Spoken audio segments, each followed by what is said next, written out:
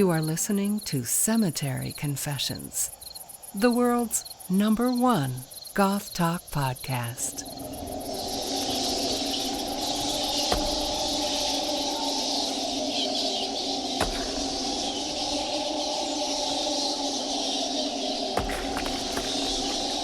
Hello and welcome back to Cemetery Confessions, the show where goths sit down with other goths and chat about goth.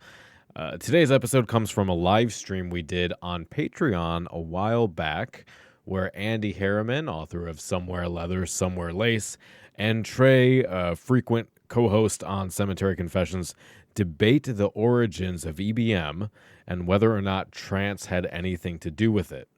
They also talk about the philosophy between EBM and whether that aligns with other forms of electronic music. There's also some discussion around sexism and industrial, which did end up being further explored when we recorded our toxic masculinity episode, but you'll get some other perspectives and views and topics of discussion around that in this episode. As I mentioned, this was released for Patreon members several months ago. So if you're interested in this kind of content and getting this stuff really early, head over to patreon.com/cemetery confessions. You can, at $1 a month, get all kinds of extra stuff. In fact, we've got a surprise episode coming up later in the year that Patreon members already have access to. So if you want more information on that and what's coming up for Cemetery Confessions in 2019, stick around until the end of the episode. But for right now, we've got a seriously good and informative discussion happening. So let's get right into the episode. I guess we'll probably start with Andi, because basically the impetus for this conversation was something that Trae said on a previous episode in relation to EBM. Essentially, and Trae, let me know if I'm not portraying this correctly. If I remember correctly, you basically said that EBM had a closer history with trance and industrial than it did with goth or post-punk. So, no. Okay. It was the offshoot of trance and EDM. Yes. Not industrial. Okay. I did say that. So maybe it was within the context of a discussion about how there's an overlap between goth and industrial as far as club scenes, and how I viewed that they, while at the same clubs, are not the same thing. Goth and industrial are two different things. And I was including EBM in that as well, saying that EBM is also not necessarily within the umbrella of either goth or industrial, but is its own thing that is also in those same club domains, but it is closer related to trance and EDM, or in the traditional sense of electronic dance music. Okay. So is that pretty similar to what you kind of got out of that, Andi, listening to it? Yeah, I mean, I just have questions like why would you dismiss all of EBM from, 1984 or even earlier, like DAF from the late 70s and things like that? That's real EBM. EBM is not an offshoot of trance or EDM. I'll grant you trance.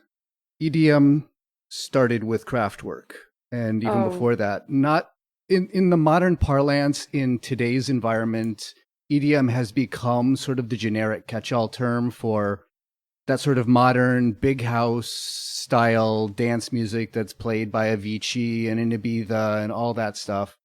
But it's long been called EDM since the mid to late 70s, and went through a period in the 80s where techno was the generic term for all electronic dance music. But I'm referring to EDM as far as electronic dance music, which is the dance music that followed basically after the dissolution of disco into a more synthesized drum machine based style that is still designed for discotheques, basically, or clubs.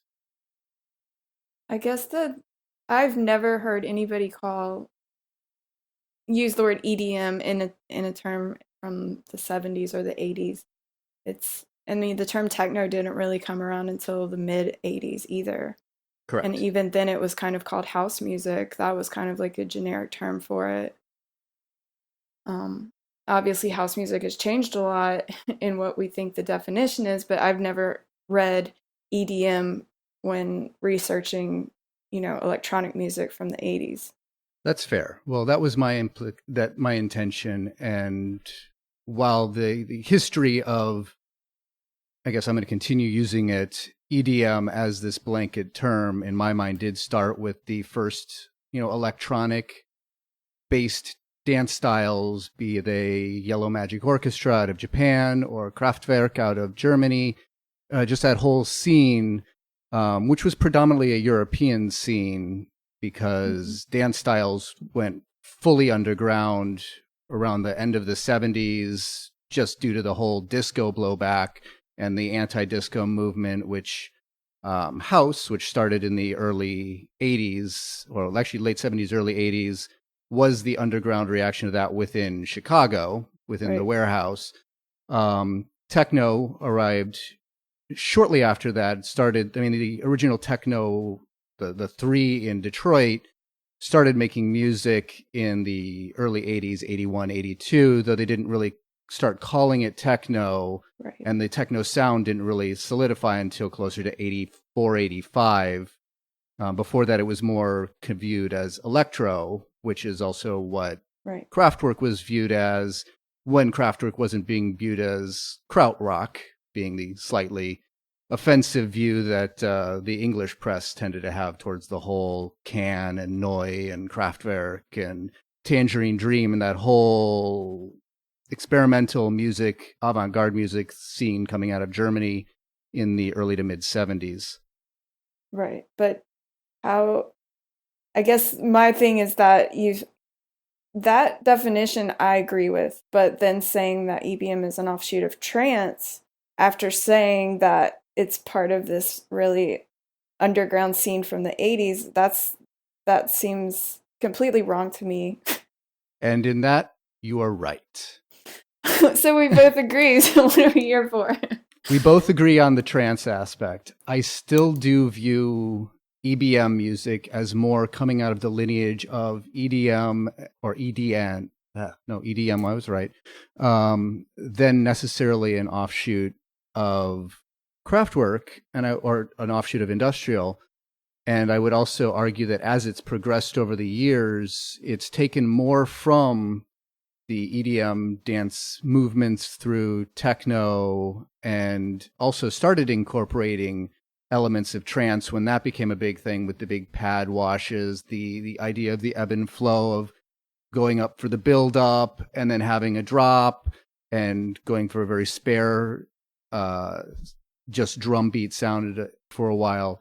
And that's kind of how it's evolved. And I view it more as an evolution along with these other dance styles like techno and trance than necessarily following anything that was founded as far as industrial music is concerned, at least its original ideologies and the original structure there. So I do find it always curious that it's sort of lumped in as a subgenre of industrial, where I would argue it's more of a sibling or even something that actually arose concurrently rather than being one after the other, since you could make an argument that Kraftwerk was the original electronic body music, since they did use that first in a way of describing the man machine.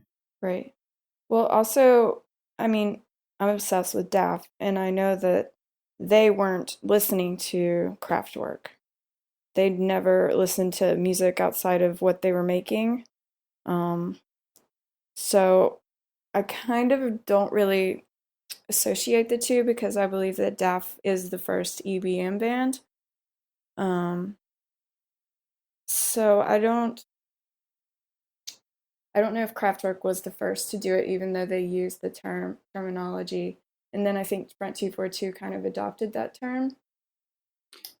Yes, they did, though Front 242 do usually pin Kraftwerk as one of the big influences, though the whole Belgian music scene coming out of the late 70s that, Front 242 and A Split Second and Snowy Red and a lot of these bands came out of that sort of were early EBM and related genres, was a very interesting scene as far as electronic music. Yeah. And the club culture out there was a great mix of techno imports from Germany, or not necessarily techno at the time, but electronic dance imports out of Germany, disco music from America or Italy, and just this whole melting pot of dance styles that EBM from the Belgian sense came out of.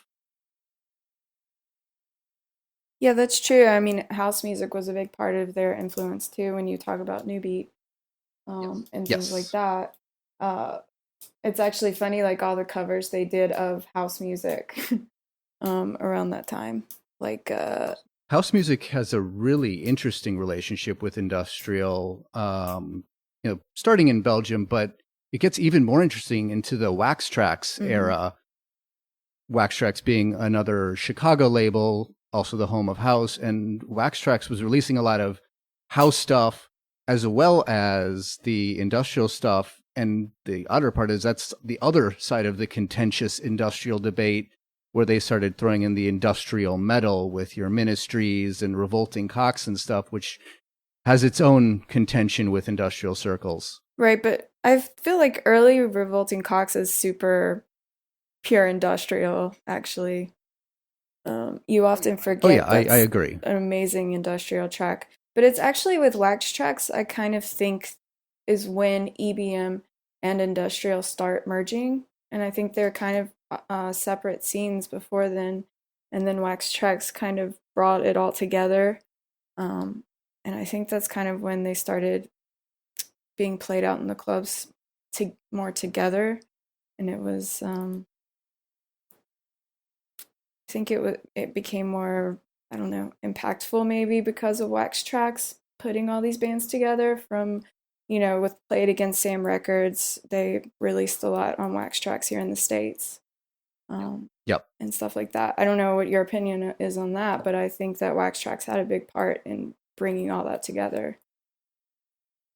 I think Wax Trax had a big part to play in basically making electronic music palatable for American audiences, because in Europe, there's never really been an issue. There's never really been this big divide between, rock music / real music versus electronic music. They've always been very open to electronic music, maybe even arguably more so than rock, whereas America's always had a very hit and miss relationship when it came to dance music styles in general, and then electronic music sort of built upon that same general prejudice. And, one can make arguments about it having some racist elements, some homophobic elements, given where the disco scene and early electronic scenes kind of gestated within urban communities and, gay communities and things like that. That's a whole other topic. But I think Wax Trax did do a lot to sort of expose the American populace to electronic music styles and other styles coming out of Europe, and definitely did bring, that sort of popularity out to the more mainstream clubs. And then club culture in general kind of became a thing in the US around that time as well, because rave culture sort of came up around that same era, the late 80s, early 90s. And I think with the rise of club culture, you started having this focus on, what can be played in clubs? And you had some existing, post-punk, goth, industrial, these sorts of club nights were out there, which were their own rock-based or, post-punk-based thing. And then these separate underground discotheques that then got merged as Wax Trax kind of brought both scenes together into the public consciousness, and they were not viewing each other as at odds as much anymore. Right. It's funny, though, because people in Europe think of industrial very differently than Americans do. industrial to them is like Throbbing Gristle, which to me is as well, but it just is like an earlier sort of version of industrial. But a lot of Europeans don't think of Wax Trax as industrial at all. Yeah, that's very true. And I'm mixed on that because I do view industrial more as, at least industrial, capital I industrial, as very much the experimental branch of things, which is not necessarily antithetical to the dance styles and the club-based styles, but isn't inherently dancey, isn't inherently electronic even. It's just inherent. It's actually it's more about the process and the intent behind it than maybe the musical elements itself. The music elements are just sort of a means to an end to get through an ideological message, their goal to try to wake the world from the control systems that, governments and technology has kind of shoehorned us into. And I do view that as sort of the original underlying impetus of industrial music. And that's didn't necessarily end in 81, 82 when there was plenty of cries of, death to industrial, or death of industrial. It's all about the dance stuff and industrial music is dead because it's irrelevant. But no, it just went underground and you had plenty of still experimental projects. You had your In the Nurseries and Nurse with Wound. And that came back and forth as it, rose up in certain bands where like a Skinny Puppy would be sort of a merger of both. They would have their very experimental tracks, but then they'd have their more dancey tracks. They'd have ones that combined both. You had bands like Agrum, again out of Belgium, but they would go back and forth. They would do a dance album, and then they'd do more of a standard, traditional industrial album until their label got really pissed off about that and said, you need to change your name when you're doing the industrial stuff because you're confusing the dance fans. Well, the same is for like Test Department. They had dance album, and SBK, which everyone hates, but I freaking love their dance stuff. Everybody hates that, though. Yeah. I don't know why. I was just proud that I knew who In the Nursery was because I heard it on I have a technical podcast episode. I actually really like In the Nursery, but I'm a big fan of a lot of, I started listening to, industrial first, but I did a whole electronic music course track in college and was learning a lot about the old tape experiments from the 50s and 60s with the birth of musique concrète, and some of the electronic experiments out of the French studio or the German studios. The French studios were the musique concrète. So I've always been interested in a lot of that experimental music and your John Cages and Philip Glass and Stockhausen, Varese. So I like all of that from an art music standpoint, and I definitely gravitated towards it in a popular music standpoint. In fact, I was never really that interested in a band like the Beatles until I was first introduced to them through the track Revolution 9, which is the first Beatles track I actually liked. I know that one. And I'm a big fan of the Beatles now, and I like a lot of their music, but it was Revolution 9 that actually got me into them. So did you guys work out when I was gone where specifically your kind of main disagreement is? Yeah, as far as either if it's a timeline or a... My big thing was just, I think of EBM in the 90s, or the late 90s and early 2000s as something completely separate from original EBM. I don't really see that much of a connection, but I don't think that it comes out of trance.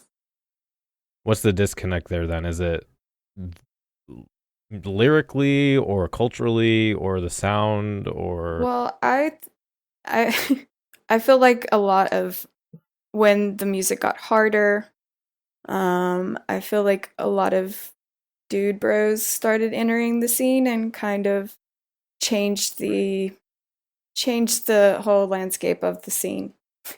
And kind of... This is the EDM or EBM scene? I can't speak for this EDM. I don't see the same... I mean, I know you explained it, but I would rather call that like electronic or just not EDM, because I have really bad, I think when I think of EDM, I think of festival stage DJs. Yeah. Yes, and a lot of people do, and that's its own problem. But right. We can call it electronic. Well, I mean, I like to differentiate between electronic music and electronic dance music because I wouldn't consider things like Brian Eno or Tangerine Dream or I guess even some Aphex Twin to be part of the EDM or electronic dance music thing, but it would be part of the larger umbrella of electronic music. Wouldn't IDM? But that's kind of how I view it. Wouldn't Aphex Twin be IDM though? That gets into its own debate. But yes, they are frequently I would glommed think so, into IDM, but they also do have their ambient stuff too. They're not all just the dancey stuff. They have some very beatless stuff as well. Wouldn't that be ambient? Yes. Which I consider outside of the electronic dance music, but within the overall electronic music umbrella. Right. I guess that's tricky, but I was speaking specifically about EBM, the EBM scene, and how it grew to be a misogynistic mess. Do you see that as a byproduct of is it more regional? Like once it went over to America, is that where it became more misogynist, or did that start out in Europe, or I'm not. I don't know if you make a distinction.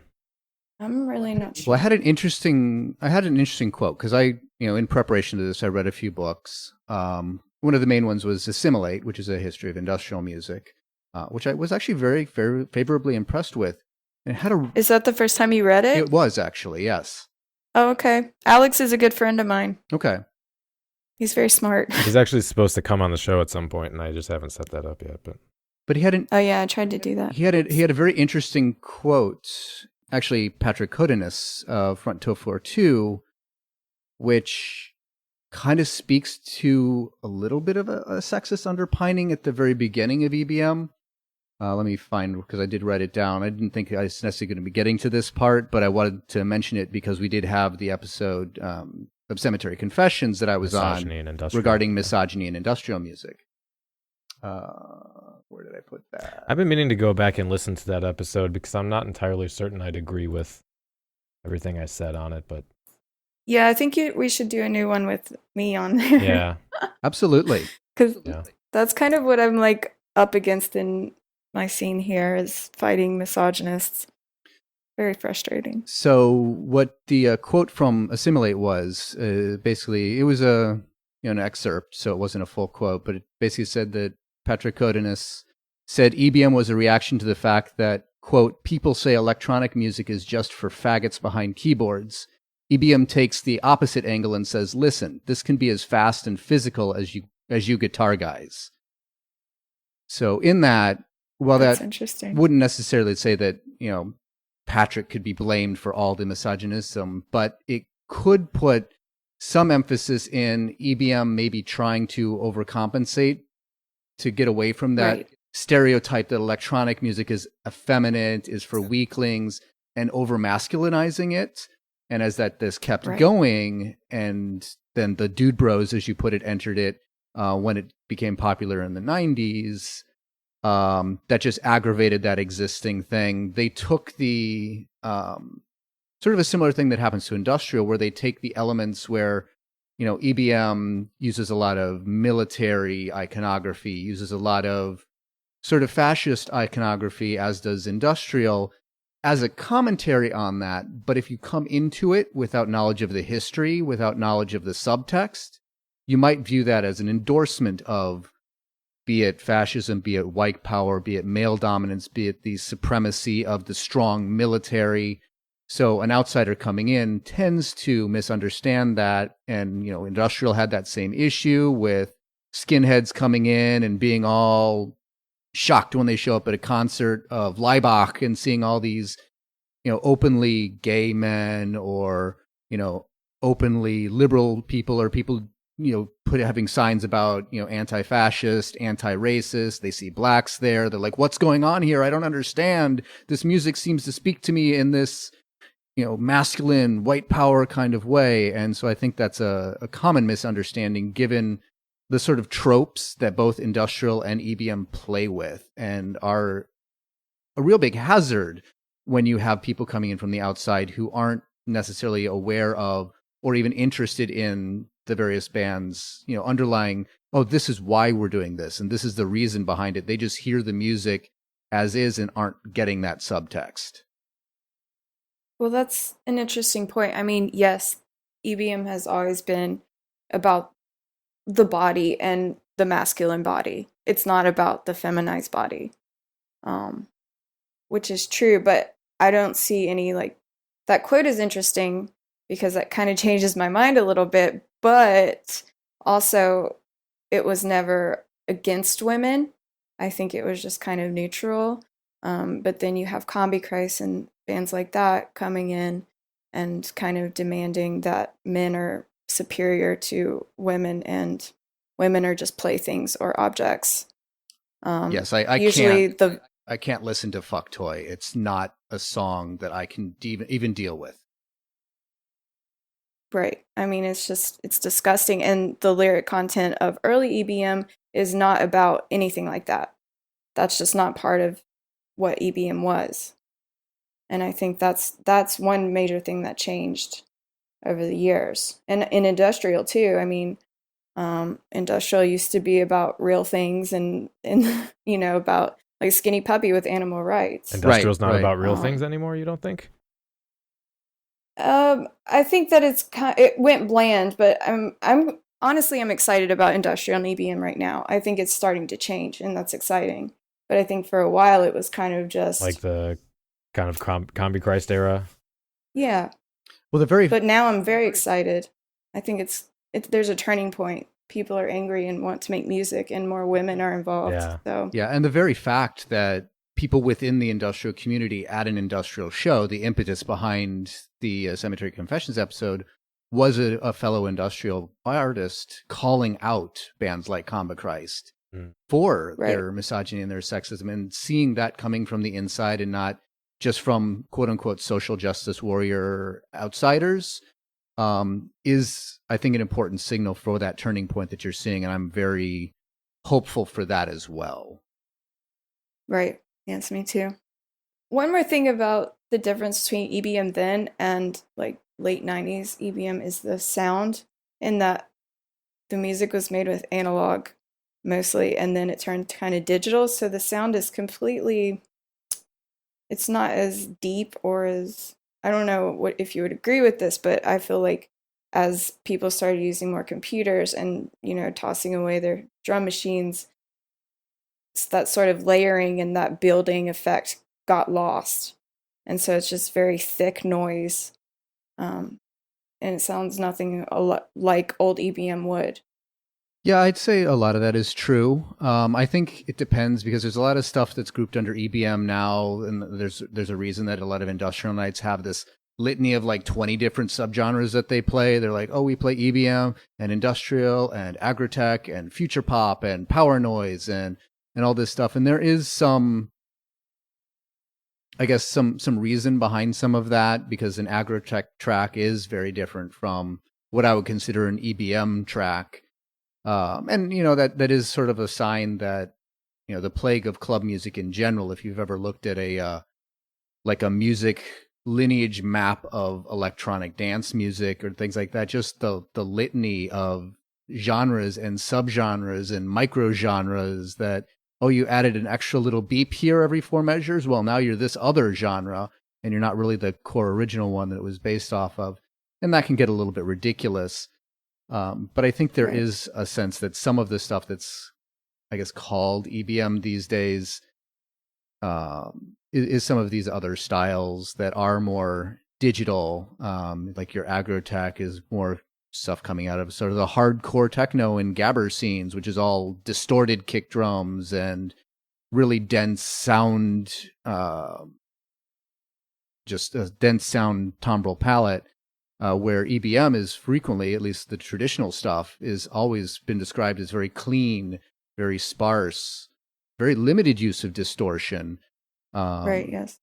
Which is kind of why I see parallels with that and techno as well, because techno coming out of the same era had a very similar aesthetic, though the two definitely had some cross-pollination, but one didn't necessarily birth the other per se. But yeah, there is definitely a change in what's considered proper industrial club music, whether you're calling that EBM or industrial dance or agrotech. There is a lot more influence out of some of the busier electronic dance styles, be it trance with the build-ups and the layered synths, be it dubstep or jungle and the very frenetic percussion, be it hardstyle, hardcore gabber and the excessive distortion and ever-increasing BPM intensity.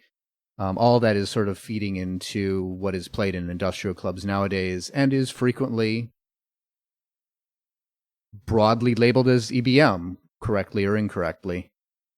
Right. Well, it's interesting. When I interviewed Douglas McCarthy of Nights Are Ebb, I was kind of grilling him on the idea of techno and EBM because I go to techno clubs as well, and I've been seeing a lot of Nights Are Ebb creeping in, or 242, and they act like they've reinvented the wheel or something by playing this music that industrial clubs have been playing forever.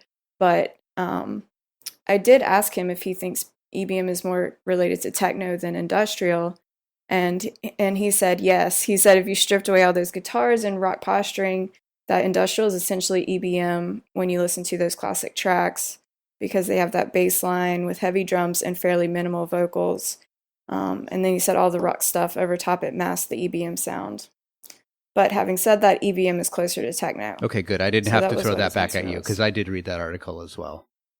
Oh, did you? That was fine. I actually have it sitting up on my screen because I was going to use that if we were getting into a techno versus EBM debate.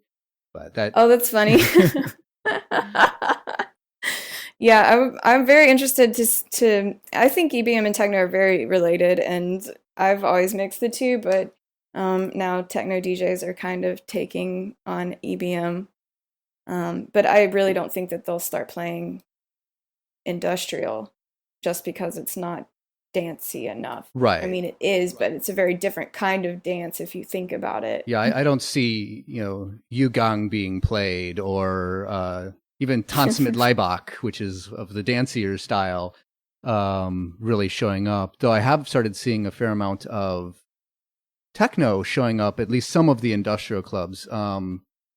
Both Scarlett de Serra's Nocturna as well as Jean-Luc's Medusas have started playing Gesaffelstein, which is a German techno act. Right. And I actually really like them. I first heard them at Medusa's and I was like, what is this? This is something different and interesting, and started getting into them and looking at some other bands of that similar style. So I have seen, the cross-pollination creeping in both directions, both industrial nights playing some techno music as well as techno nights starting to play industrial music. And, at least historically, again, back into the 80s, it wasn't so odd to hear industrial played at a techno night along with house and electro and all that. Just kind of was a big mishmash where they did become much more siloed through the 90s. And now that does seem to be breaking down. And it would be nice to see, the DJs not thinking they're all that, introducing this brand new thing and just referencing the history. But, that's the nature of things. People want to feel they're doing something special, even though they might be just doing what was being done a decade or two ago. Right. I think the past 30 years have kind of been not so positive in that everything has to be in a certain box. And if you play this song or this song, it's wrong. Like I played Technotronic once at an industrial night, and I got so much shit for it. I'm like, this is a New Beat song. Basically, it's the same thing that you're listening to. It's just got a different connotation to it. You played the actual track Technotronic or the... Yeah, okay. Pump Up the Jam. Well, yeah. Well, the track Technotronic was the instrumental version that became Pump Up the Jam in the 90s. I actually just realized that as I've been listening and digging into all kinds of techno and New Beat, and I watched The Sound of Belgium, which is a fascinating documentary about the rise of EBM and New Beat. Yeah. It's great, yeah.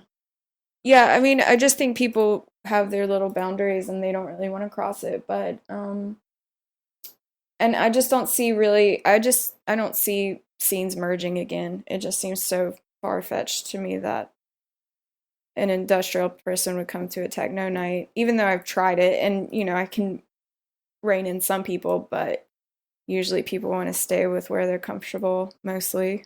They do, though. An interesting anecdote along those lines is, just a week or so ago, while I was in the midst of all my research for this discussion, another news group from the Champaign-Urbana goth scene Facebook page, which was one I started in and have not really been having good ties with for a while because I'm just not there, but I still pay attention to it. And somebody posted I guess sort of a rant. They were trying to vent, saying, hey, I was just introducing somebody new. They wanted to know what industrial music was, so I gave them a list of bands. And so the whole list of bands were, your Combi Christ and your And One, and a lot of what I would consider the more EDM-based industrial / EBM music rather than core industrial or EBM. And he was offended when the person, after listening to these recommended tracks, came back with, "Oh, I thought industrial was more of a metal thing. This is just EDM. It's like a chill version of hardstyle." And he was really, really, really offended by this fact that, oh my God, they totally taken this music that's a passion of mine and boiled it down to this generic EDM term and all that stuff. And I put as I'm wont to do on Facebook, put a real long response saying, when you post very specific music that is a very specific sound and isn't the entire encompassing of industrial music, you're going to get someone viewing that as, oh, no, that's just EDM. That's sort of the natural response because a lot of the stuff you posted was very much strongly EDM influenced.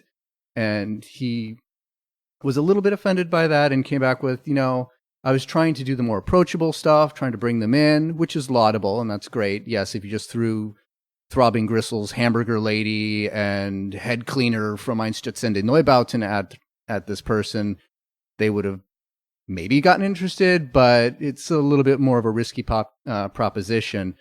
But he basically came back with, oh, but it's not EDM music because industrial is hard and it's dark and it's heavy and harsh. And I'm thinking, yeah, there's a lot of EDM that is as well. There's, like I've mentioned before, gabber and jungle and techno even is, dark. And I thought it was telling that this person who responded and said it was EDM not only compared it to hardstyle, which I view as pretty accurate, but called it chill hardstyle, which seems kind of funny given that he's claiming it's the kind of the epitome of dark and hard music being referred to as chill. And I would actually agree with the person that it is more chill than hardstyle, but hardstyle can get kind of insane. Well, also I think if I asked for industrial and they gave me And One, I would never want to listen to industrial ever again. That's fair. Yeah. I realized I was trying to say something and no one was acknowledging it, and I was on mute the whole time, so that was kind of funny. But yeah, going back to something, Trae, you were saying earlier, part of the reason I think that the whole issue is muddy and debatable is because while I think there is a inevitability of genre classification, during that initial stage, there's a lot of interplay. There's a kind of dialectical nature to it where there's not just interplay between the musicians and the genres and the blending of that, but also the reaction of the consumers and what's getting played at clubs and what's being requested and how the music culture forms around that. There's a lot of back and forth, which is why I think there's a lot of debate still to how you classify certain groups, certain musical lineages, especially when you're talking about the late 70s, early 80s. And I think, I've heard the argument that very fact is what's kept goth specifically in comparison to punk alive, because that meta-analysis, even the very early bands, still continues to be discussed and amended and changed and debated, and there's a general consensus, but there's still kind of minutia to debate about. So I don't, while you can, I think anybody can argue one way or the other and make a pretty good case for it, I don't know that there's necessarily ever going to be the true gospel of what genre is what, because even if you talk to the musicians that were around or the club attendees that were around at the time, there's still this element of, because these groups weren't completely solidified, these genres weren't completely solidified, this interpretation through your own experience and your own kind of group. And, Andy, as you were saying, how in New York specifically, there's less of people are more reluctant to go to a night that doesn't play the kind of music they listen to. I still think that's scene specific in a way, and also kind of resource specific. So I think any given person is going to have, to a degree, their own interpretation and experience will inform how they classify, oh, this is what was happening at the time, kind of thing. I don't know if that makes sense. Yeah, that could be true. Yeah, and that siloing that we're talking about here was sort of the impetus behind where my initial contentious quote came from, and that I was simply saying that I thought not that EBM should be excluded and it's something totally different, it shouldn't be in there, but it should be dialed back in lieu or in relation to the other genres, and I'd like to see a wider variety of music played rather than what I had been seeing, differing from when I was initially introduced to the quote-unquote goth industrial scene in the mid-90s, and then got out of it and then got back into it shortly after the 2000s.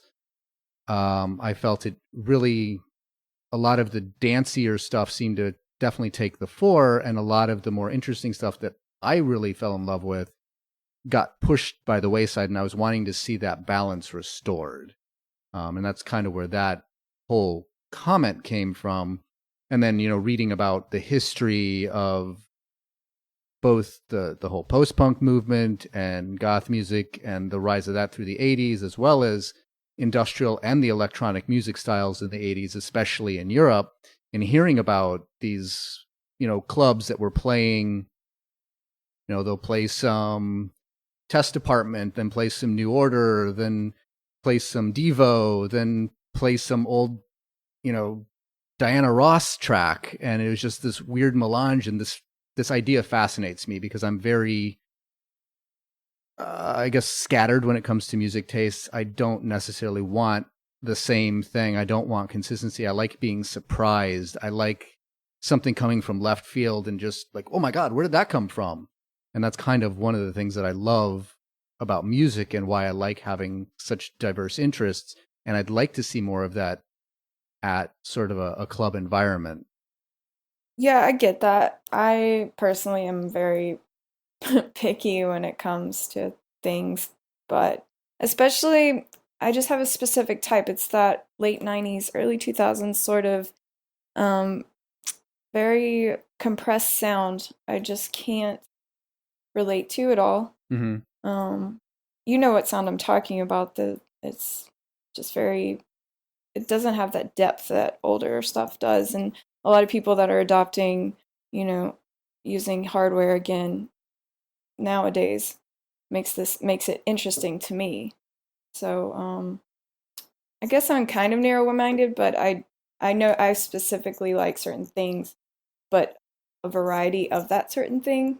You know what I mean? Yeah, I do. And I know what you're talking about, the over-compressed sound. That's a debate within, not just even dance music genres, but music across the board. This idea that seemed to take hold in the late 90s when they were doing remasters and all this, where the mastering houses were really focusing on this radio play, which was basically you want to redline it all the way so your track is louder than the previous guy's track. And so they're totally... Is that why they did that? That's part of why they did that, yeah.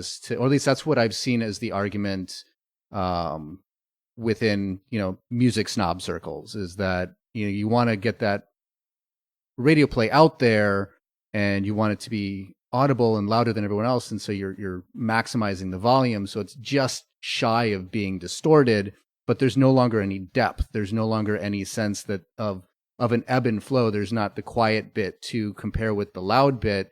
And in my opinion, if you want music to shock or surprise, you need to have the differences. It's not just loud that is Dynamism. something that gets you. It's right. It's dynamism. It's Right. Loud is only noteworthy when it's contrasted with quiet. And if you don't have space in your track, if you don't have moments of silence, that pounding kick or that jagged guitar or whatever just loses all meaning and simply becomes a wash of sound that you can get lost in, per se. You could, drown yourself in and just feel the way the music sort of pounds at your being, but you're not getting that dynamism, that interplay of loud and soft. And I do feel that takes away a lot from the power of music to communicate emotions and feelings and ideas. Exactly. Well, I'd heard it in the context of people complaining about how it ruined music for a while. Yeah, go ahead and Google. yeah, I agree. Go ahead and Google the loudness wars, and you'll see a lot of stuff about that very thing, about the mastering and the basically redlining of all tracks in all genres of music. And there are plenty of debates on musician forums and producer forums and stuff like that about how it's destroying music and you're losing all the soul of music. And it's hit a lot of things. And it was that same era you're talking about, that late 90s. And then they also have been, re-releasing all these classic albums and redlining them, and people like, oh no, the vinyl's so much better. And not just from a vinyl digital standpoint, but just because it wasn't overmastered like the new release that came out in 2005 of whatever band. Thinking about it, maybe, that new form of EBM, or that late 90s, early 2000s form of EBM is closer to something like trance or whatever in terms of the sound style. So I think maybe it should be thought of as something different, because me coming from like a traditional standpoint, that's what I had a problem with, because I thought you were just like not even acknowledging where EBM originally came from. Like that was my issue. Yeah, when Daniel first told me that you had a big issue about this, my first guess was that it was about a timeline thing. And the fact that I did mention trance specifically, which, like I said at the beginning, was sort of my bad, though I do contend that, and I think you've agreed, that as it's evolved into this new style EBM that both of us are agreeing is questionable whether it could be legitimately called EBM, trance and related rave culture, big house, the EDM festival sound, has had a lot to do with that evolution. Right. Yeah, I agree with you. Calling it, I would like to know why it's called EBM. Is it the bass line? Because that seems to be the only thing. But, like you said, early EBM was very sparse. It was just like a drum machine and one arpeggiator or something. And it was very simple. And then it turned into this huge production, like overkill thing.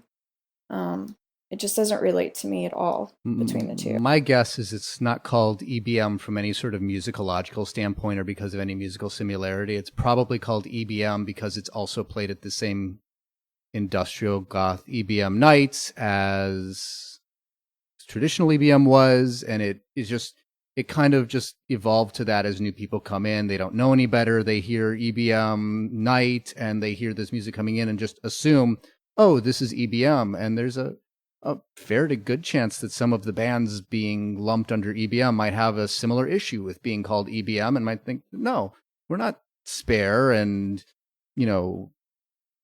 open music, clean sounds. We're nothing like EBM, but it's getting lumped in there within the popular culture and based on club play or club advertising, and whether that's promoters that are misinformed, DJs that are misinformed, patrons that are misinformed, a combination of it depending on the scene.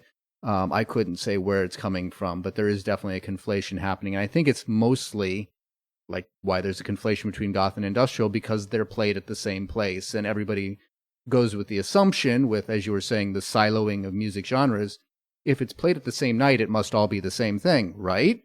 Right. Mm. Which is has always confounded me, because it's this weird black or white thinking that doesn't make any sense. That this idea that people can't be multifaceted and make any distinctions between different things they're into. They all have to be part of the same thing.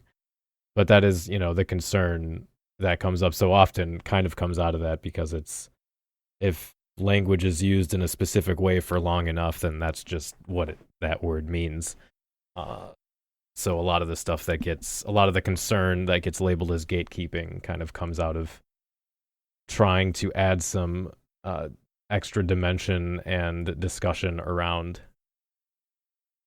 distinction between genres and cultures and that kind of stuff.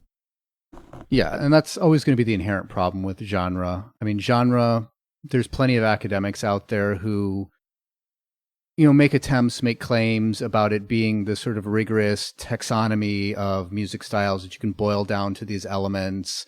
But really it is a social contract or a social construct. It's really what people think it is, kind of defines genre. And you can try to put constraints around you and try to go, no, this is this thing and this is this other thing. But it's really hard to keep a grip on that. And while I like genre from a semi-discovery point of view, I always take it with a huge grain of salt. I like it in that, if I want a certain sound, I'll look for what its genre is called and what other things that are called that genre is, and then try to suss out what the sound I like is, and go from there. But I'm also not of a mindset that I'm particular about, I must only listen to this one genre, and if I like this genre, I'm not allowed to like these other genres. Fuck that noise.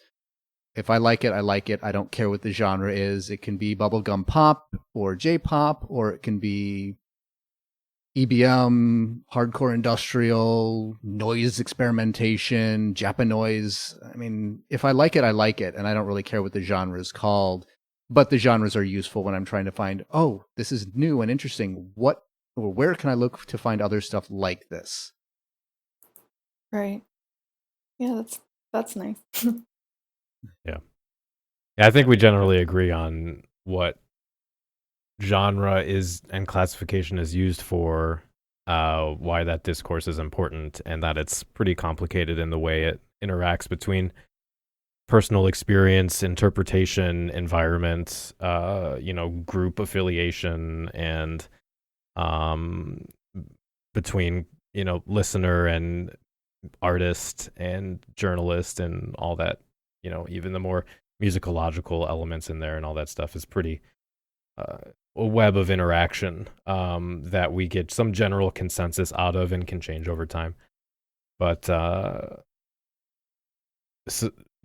as far as whether EBM came out of trance or not, I don't think have you reached any kind of agreement? I pulled back on that. I pulled back on the trance claim, at least, and then basically described what my definition of EDM was, which was totally foreign to what Andi felt was, in her mind, what EDM was. So given my definition, she didn't have as much of a problem with my classification and my take on the evolution. It was really mostly just, especially the use of trance in there as a quote-unquote progenitor in the way I phrased it, as well as just the understanding of what is and isn't EDM. That was the crux of it. Right. So it was a difference between the methodologies of your epistemologies, is what you're saying, Trae. Yes, if you want to pull out your thesaurus, yes, that is exactly what it is. Okay. Well, good. I'm glad we came to some kind of agreement. Did you have, Trae, I know you were taking notes in preparation. Was there anything else you wanted to cover as far as anything interesting you found in the books you were going through, or? Well, I mean, not necessarily really apropos, but another fascinating chapter I found in the Assimilate book, which I really thought was interesting, was this they had a whole chapter on Skinny Puppy as epitomizing the feminine Gothic in industrial, Yes. which I thought was really interesting. Yes. And the idea that when Skinny Puppy came out, the amount of women that got into the industrial scene was much, much higher, that a lot of women seemed to be coming to see Skinny Puppy where they weren't coming to see the other industrial bands. And there was something in Skinny Puppy's music that appealed to women, or the idea of the feminine. And I found that really very interesting, especially given that Skinny Puppy is possibly one of my favorite industrial bands. Yeah, I thought I loved that chapter. I know Alex wanted to rewrite it though for his next edition. Like I think a lot of people took offense to it or disagreed, and I think Alex was working on changing his thesis on that chapter a bit. I don't remember what it was about the chapter, but I agree with that. I think it's the melody, honestly. I think it's got this nice, beautiful melody in all this noise. That's my opinion. I think there's part of that. There's also, I think, some of the ideology. I mean, as you already mentioned, the undergirding ideology behind a lot of Skinny Puppy's music is a lot of animal rights activism. There's also a lot of body horror and a lot of ideas about not the physicality as in the perfecting in the masculine, but the physicality in its, to a degree, its corruption or just the disillusion of the body. That, you know, there is seeming to be a fascination. I mean, maybe it dovetails with that sort of stereotypical fascination that women have with serial killers, things like that. This sort of idea of, I don't know if I'd want to say body horror, or just something about the body in ailment or in disability rather than the body in perfection. And this idea of approaching and viewing flaws and embracing flaws and at least in paying attention to that. And I don't know if that's something that appeals more to the feminine than the masculine. Well, you also had Ogre, who was performing on stage in this grand way where he was pretending to cut himself and, you know, all these very strange, odd things. And just the way he looked is, I think, visually helped with that whole mystique of Skinny Puppy. Right, and that's almost hearkening back to some of the original industrial too, with, you know, Throbbing Gristle and both Genesis and Cozy doing, exactly, you know, things to their bodies as far as injecting themselves with stuff or cutting themselves. Monty Kazaza doing his performance art stuff out of the San Francisco scene. There was a lot of that in the origin of industrial, where there was more of a performance art element to it. And I think Skinny Puppy did pick up on that and introduce that more into the scene. And I think those initial industrial acts were possibly, again, a little bit more friendly, but I didn't see any information on, or as far as gender friendly, but I didn't see a whole lot of information on that. But then you do have, you know, big example being, again, Genesis Peorage, who was, you know, he's decidedly in the gender queer area. He's not playing with masculinity or femininity. He had his whole androgyne movement where he wanted to be neither. So he definitely had that impetus in his mind, whether that was there during the Throbbing Gristle era or whether that was a later thing in his development as an individual, I couldn't say. But there was certainly less of an element about, you know, sort of restricted to a gender or a sexuality, and it was much more fluid and much more welcoming on the early ages. Yeah, now I'm interested to see how Alex is going to change that chapter. I should go back and read that chapter and also ask him about that. I'm both interested and kind of nervous about it, especially if he's thinking of walking it back because of backlash, because backlash is, in my opinion, in that instance, a good thing. Right. Maybe it was, I don't know, somebody convinced him otherwise or something. I don't remember. It was a couple years ago, I think. Yeah, I was just thinking, because if we did redo or you know, revisit this industrial and misogyny topic on a future episode, I'd want to I'm very much outclassed in my knowledge on industrial specifically, so I'd want to give that book a read and look through some other things. Okay, yeah, this was released, well, I mean, this was released in 2013. Oh, okay. that edition? So I think so. I'm just okay. looking at the there was a more recent one, wasn't there? The copyright stuff. I'd have to look at the physical copy. I think the physical copy said it was the second edition. No, I think we didn't really have anything to fight about. Well, I think boring. I mean, Daniel, you should have expected that from me. Yeah, no, I'm not. Yeah. I mean, I will fight my point, and if Andy had issues with some of my points about the interrelation with early EBM and industrial, we would have definitely had a fight about it. But we were pretty much on the same page with just some, as you put it, epistemological differences. Yeah. Right. So to kind of recap on what my issues were with that chapter of the book, I wasn't able to expand on it at the time because I hadn't read the book, but I have now. So I have some thoughts on the Skinny Puppy chapter. When Alex was talking about the draw of women to industrial through Skinny Puppy, the way that he talks about it is problematic. He speaks of abrication being aligned with the female body via giving birth, which implicitly places women's values within the reproduction cycle. And this is a very typical patriarchal perspective of women. And then there's a couple times he brings up the idea that women might be attracted to the band initially because Key and Ogre are attractive themselves, even though he does include a fan letter that specifically states the opposite.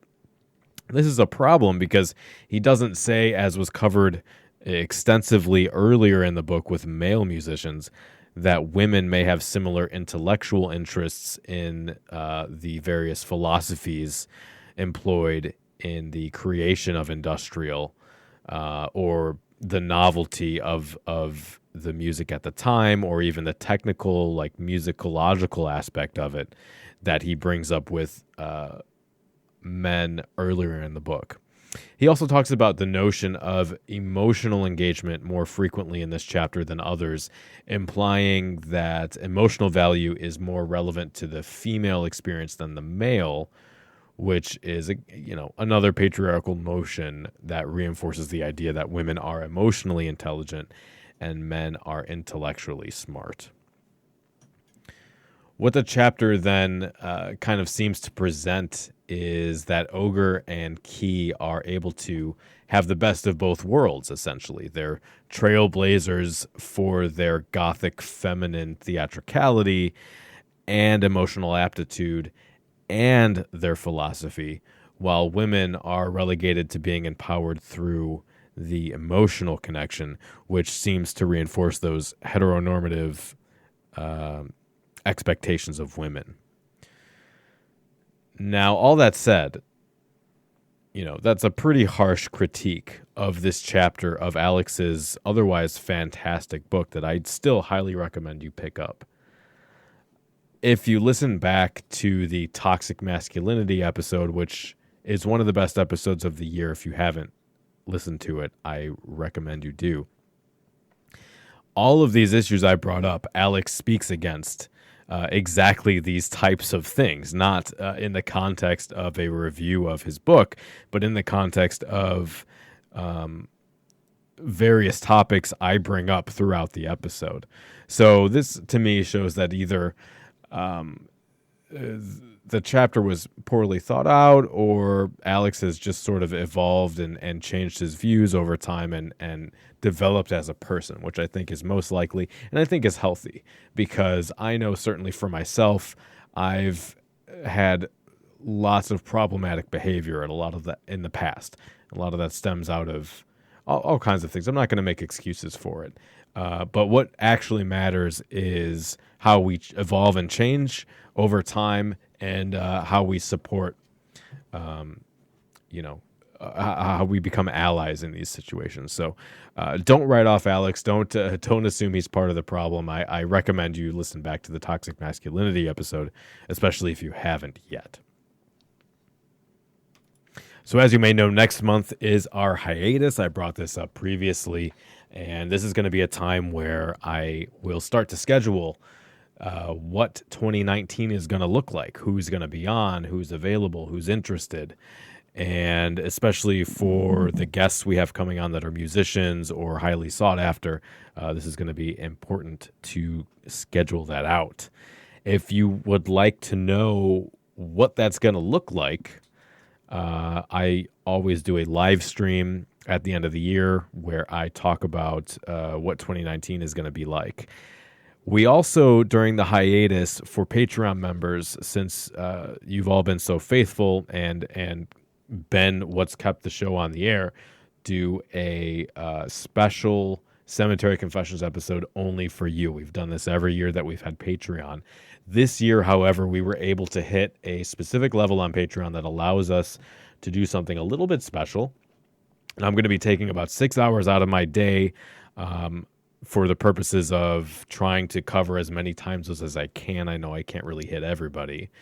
But we're going to be doing a Google Hangout where I will be on, and I'm, guests who have been on the show will be on. I'm sure Nephilim will show up. Well, I don't want to name names because none of that's guaranteed. But, and most importantly, Patreon members will have access to that link. You can jump on a video chat and just hang out with me, drink, talk about life, talk about goth stuff, talk about anything you want. And I'll be available and hanging out. If you're a little shy and you're not interested in that kind of thing, we do post early episodes before they're released to the public. We post live streams while we are recording, so you get uncut content that way. At higher tiers, you have access to getting exclusive merch. We do a giveaway now that we're meeting our goal on Patreon. Every other month, I'll be sending out exclusive merch to anyone from $1 and up. There's all kinds of rewards. And I think most importantly, you get access to our Discord channel, which has been a wonderful community. I've been getting messages on our Facebook page asking, where can we find good online communities? You know, in the 90s, early 2000s, a lot of the... And this actually came up in the Jillian Venters interview. A lot of what was going on in online goth groups was tons of text, lots of great conversation, really interesting, thoughtful content, because these communities were so obscure and difficult to find and so small and exclusive to that degree. Now that this is such an available thing online, a lot of groups and forums have just turned into shit shows. And I think what makes our Discord channel really special is it's exclusive, so you have to, be a Patreon member to get access.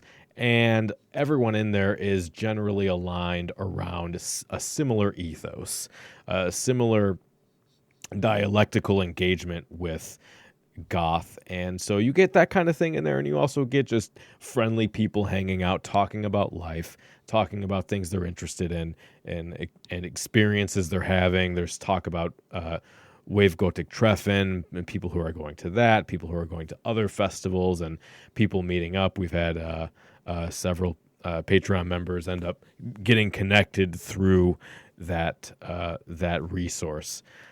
So if you find any of that valuable, or you're interested in just supporting the show because you want to help us continue to produce content, you can head over to patreon.com/cemeteryconfessions. So like I said, if you're not on Patreon, we will be taking a break in January, but do not worry, we will come back in February. It will be our 5th year of Cemetery Confessions. I cannot believe we have been going for 5 years. And I also can't believe that so many of you have actually listened to every single episode of the podcast. That really blows my mind. So, from me here in my studio, in my office, having a glass of whiskey, getting this recorded, getting ready to start reaching out to people to set up episodes in 2019, and from my dog, Morty, who is sitting in my lap, demanding my attention. I'd like to thank you for listening to the show. Thank you for continuing to be a part of this community. and this culture that we all hold so dear. We will be back soon. Can't wait to jump into 2019. There's all kinds of amazing episodes coming up that I'm very, very excited to get working on. So thank you again so much for your support. And until next time, stay dark. The preceding program is a member of The Belfry, a network of blogs, podcasts, and videos for the darkly inclined. Go to thebelfry.rip for more information.